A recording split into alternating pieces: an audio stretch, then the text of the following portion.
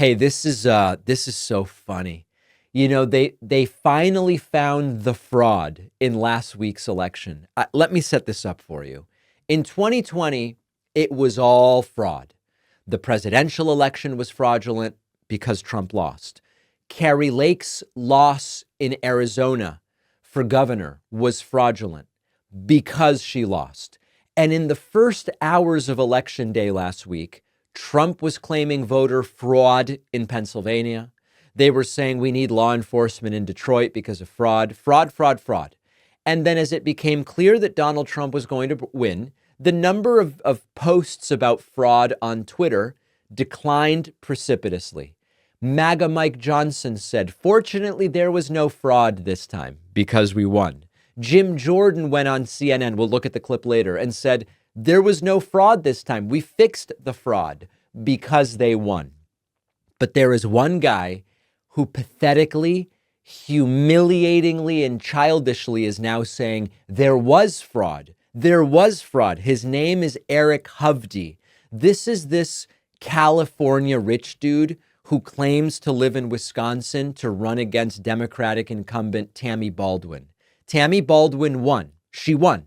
And now Eric Hovde is saying there was fraud. He posted an excretion to X yesterday, where he said, quote, many people have reached out to me with concerns about the voting inconsistencies we experienced on election day. Here are my thoughts. Here is Eric Hovde. I apologize. I just punched the microphone. I know that's unpleasant for people with headphones. I'm going to try not to do it again. I'm just getting so worked up about this. Here is Eric Hovde, and he's essentially blaming the infamous massive dumps. There was a dump of ballots that he finds very suspicious. Many people have been wondering why I have remained quiet since election night. I believe it's better not to comment until I have the facts. Right. Wisconsin Election Commission is in the final process of finalizing the canvass from last Tuesday's election. Like many of my supporters, I was shocked by what unfolded on election night.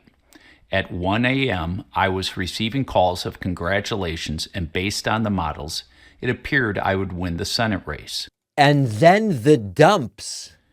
Then at 4 a.m., Milwaukee reported approximately 108,000 absentee ballots, with Senator Baldwin receiving nearly 90% of those ballots. Statistically, this outcome seems improbable, as it didn't match the patterns from same-day voting in Milwaukee. It didn't match. It didn't. Where I received 22% of the votes. Since last Wednesday, numerous parties have reached out to me about voting inconsistencies, such as certain voting precincts in Milwaukee having turnout of over 150% of registered voters, and in some cases, as always, these claims are never true. Look, don't even take my word for it. They love to claim twice the number of people who live there voted. It's not possible. That's right. It's not possible. It didn't happen. Cases over 200%. Additionally, in 2020, President Biden received 10 million more votes than Vice President Harris did last Tuesday. Of course, that number has since diminished dramatically. Yet in Milwaukee, even though the population of Milwaukee has declined and registered vote. All right, you get it. Milwaukee. Listen, we are supposed to believe, if you believe Eric Hovde, we are supposed to believe that Democrats rigged the Wisconsin Senate election, but they forgot to rig the presidential one, where Kamala Harris only lost by a fraction of 1 percentage point.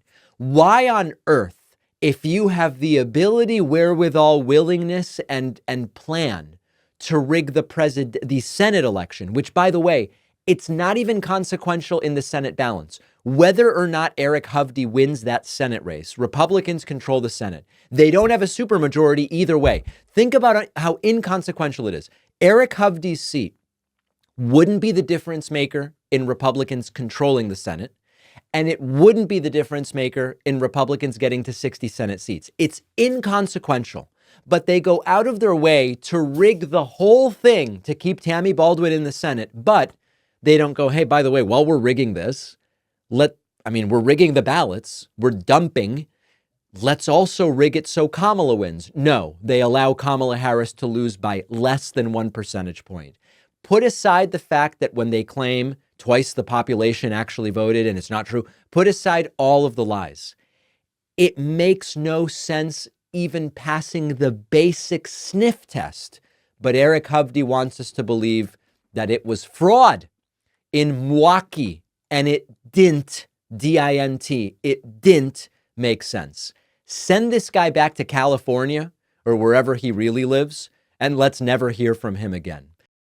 Data brokers are continually collecting extensive details about your online behavior, address, phone number, email, financial information, even political views. This sensitive information about you can easily be found on public data search sites by anybody, could be an ex, could be an employer. And these brokers sell the data to other businesses and even government agencies like the FBI and NSA, who can buy it in bulk to surveil Americans without a search warrant. Scammers and spammers also get your details from these lists, and that's why you get the text messages and the calls and the emails. But you can stop it. Our sponsor, Incogni, will send removal requests to data brokers who are legally obligated to comply. If any of your information remains online, Incogni will follow up and ensure that it's taken down. Incogni keeps you informed every step of the way, and it just saves you countless hours of work that would be nearly impossible to do on your own. I use Incogni, and what they've managed to do is remarkable. Go to incogni.com/Pacman and use the code Pacman for 60% off. The link is below.